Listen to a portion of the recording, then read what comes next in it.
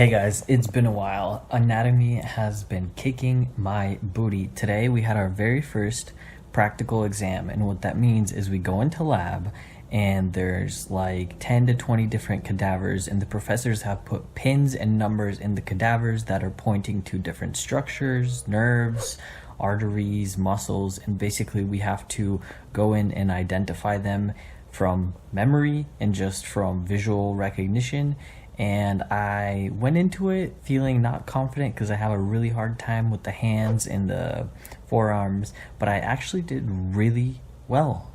Yeah, so now we are starting the thorax next week, and we get to look into the heart and the lungs, and that's going to be super exciting.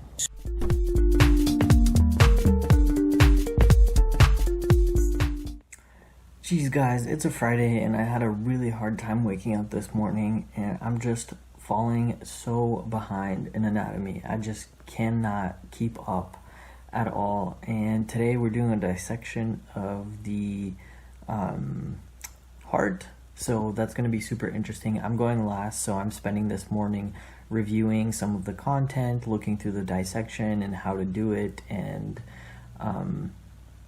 yeah, I don't know. I'm glad it's Friday because I really need the weekend to just catch up on studying, but also catch up on cleaning and settling in because I still haven't fully settled, and grocery shopping and cooking and mingling and socializing and all of the things that we need to do in order to be functioning human beings. One thing that was super cool though, this week we had basic doctoring and we had 2 lectures, one on geriatric history taking and one on pediatric history taking, and we had some patients come in for our geriatric session, and it was a couple that had been married for over 60 years and they were flat out hilarious. I always love to see patients. The next week we start doing actual in-person patient interviews, and they won't be real patients, they'll be actors, but nonetheless, some nerves coming through for sure. So I'm in bed studying the heart right now, but I forgot to mention yesterday we had a lab, and what I got to do is I got to use a bone saw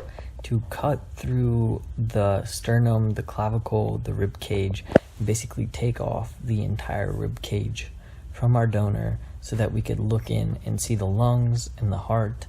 And it was super cool to be able to use a bone saw. I've never used a bone saw before, but it isn't for everybody. I'll give you that. Hello friends, I'm sorry. I've been like in and out, missing here and there.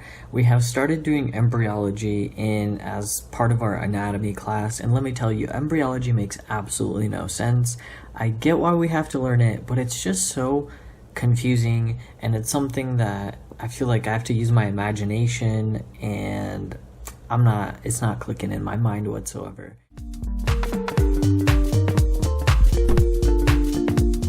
And we're moving on to the abdomen, the stomach, the intestines, and so on.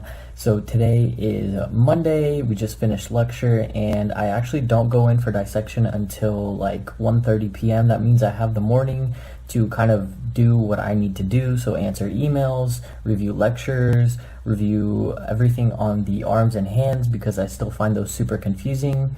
And this week is going to be kind of hectic because we have lots of meetings going on outside of class. We have basic doctoring, so we're doing patient interviews in person for the first time, and lots of things going on.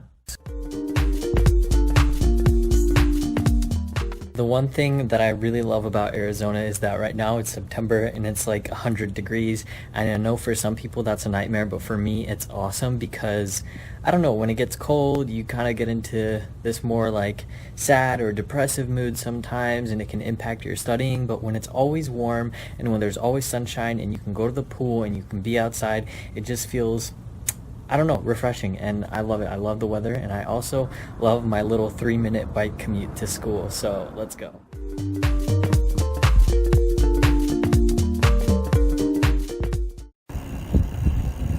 And there we are. This is the school, the parking lot, the hospital, and I love how close it is because I don't spend time commuting or in traffic, and I get my daily exercise in. Okay, I'm already done with my dissection for the day. It was super quick. Dissections are only an hour per person, but I wanted to show you guys. I'm headed back home. I live like right there across the desert.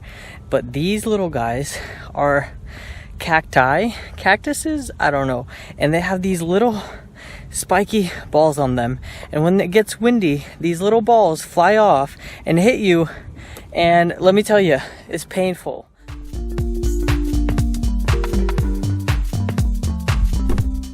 I'm doing some practice questions here on the heart, so let's see if we can do one together. Alright, a 22-year-old male involved in an automobile accident presents with symptoms suggestive of myocardial contusion due to blunt trauma, specifically compression of the sternocostal surface of the heart by the sternum when his chest hit the steering wheel. Which heart chamber was most likely damaged? Well, if you know your heart anatomy, the answer would be the right ventricle, because that is the one that is most to the front of your body. Let's see, is that the correct answer? And bam, the right ventricle. That was an easy one. Let's see if there's any other harder ones. So as part of anatomy, we're also doing an integrated embryology and integrated radiology, which I find kind of hard to combine all of these things, and they seem kind of sporadic. But right now, for embryology, we're learning about heart formation and like fetal development, and I find embryology super challenging. I just cannot wrap my head around it.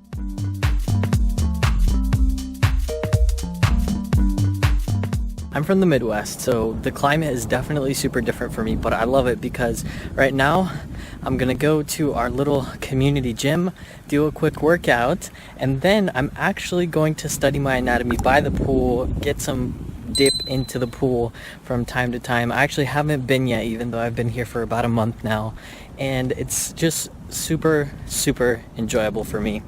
But let's see if I can actually be productive by the pool in this heat.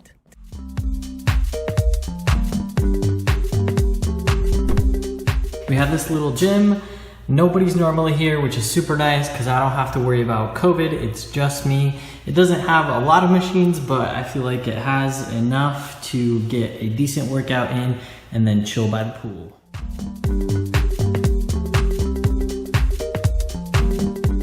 Although we have moved on to the thorax and now onto the abdomen, I am still continuously going back to the arms and the hands because there's so many muscles in there, and I get super confused with all the nerves, and I keep having to relook at the PowerPoints and the lectures and the practice problems because I'm still super duper confused. But hopefully by like the 5th pass I actually understand what's going on in the hands.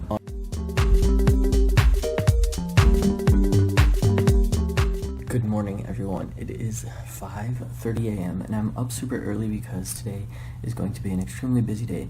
But around 7 o'clock, I have a call with Johns Hopkins because I'm interested in shadowing a plastic surgeon there. So I'm trying to prep for my call so we can have a discussion on how we can arrange me trying to go and shadow, especially during COVID.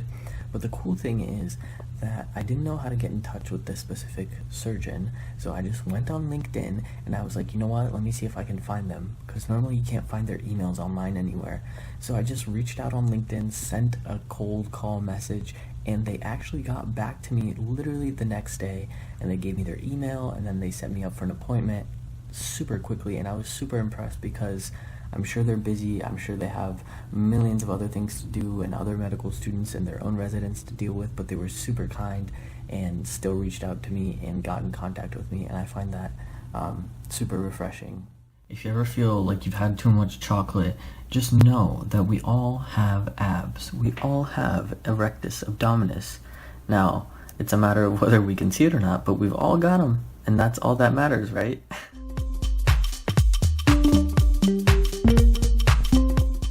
So I did my call with Hopkins this morning, and unfortunately they said that everywhere at Hopkins has postponed shadowing. So basically they told me to just call them back after the holidays and try and see if it will resume in 2021. So for now, no luck, but they were super receptive of me and welcoming and looking forward to collaborating. So I guess I just have to wait out COVID until 2021.